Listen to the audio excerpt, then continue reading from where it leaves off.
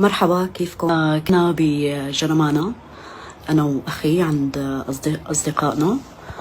ورجعنا اليوم على المزة. أنا مستأجرة بالمزة بساحة الضباط. نحن وطالعين في حاجز للهيئة أو إدارة العمليات العسكرية، ما بعرف شو التسمية المضبوطة. وقفونا الهوية، طلبوا من صديقي الهوية، أعطاهم الهوية. طبعا اللي واقف في أكثر من عنصر واقف، واحد منهم ملتم، والملتم حاكانا، فقال له إنه أنت جرمانة، شو جاي تعمل بالمزة؟ قال له عم وصل أصدقائي. قال له أنتو كتير فري على فكرة. قال له عفوا ما فهمت. قال له العنصر اللي واقف، قال له ما في شيء عنا اسمه أصدقاء وتوصل أصدقائك، نحن بالحكومة القادمة والدولة القادمة.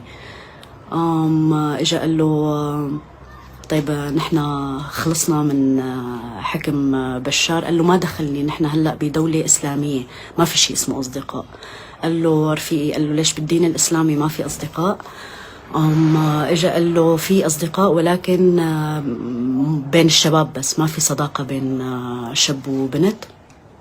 البنت ممنوع تطلع غير مع صلة رحم، أخوة أو زوجة. وهي الأصدقاء شباب وبنات هي متعبة ومنهكة، هي لإلنا كلنا.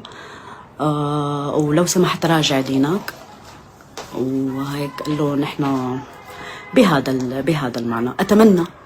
أتمنى من كل قلبي إنه هاي الحالة تكون حالة فردية ولا تعبر عن ما هو قادم. أنا كان لازم أطلع، لازم أحكي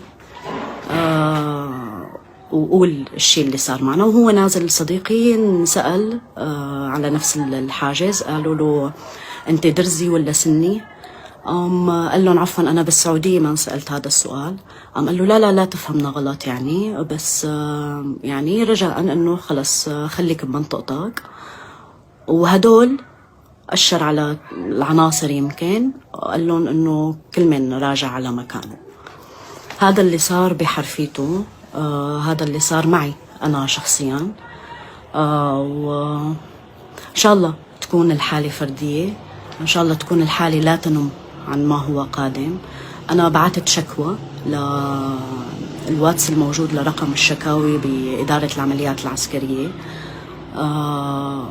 وبتمنى إنه ما بعرف شو بتمنى الخير والسلام للكل. وبتمنى سوريا تجمع الكل. سوريا بتشبهنا كلنا، ماني ضد أي حدا، ولكن ما يكون حدا ضدي.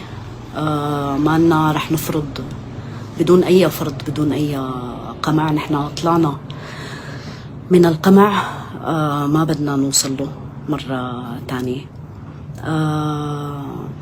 ويعطيكم العافية، وآسفة إذا هي عم لكم هي أول مرة بحياتي بطلع لايف. وضلوا بخير وتضل سوريا بسلام.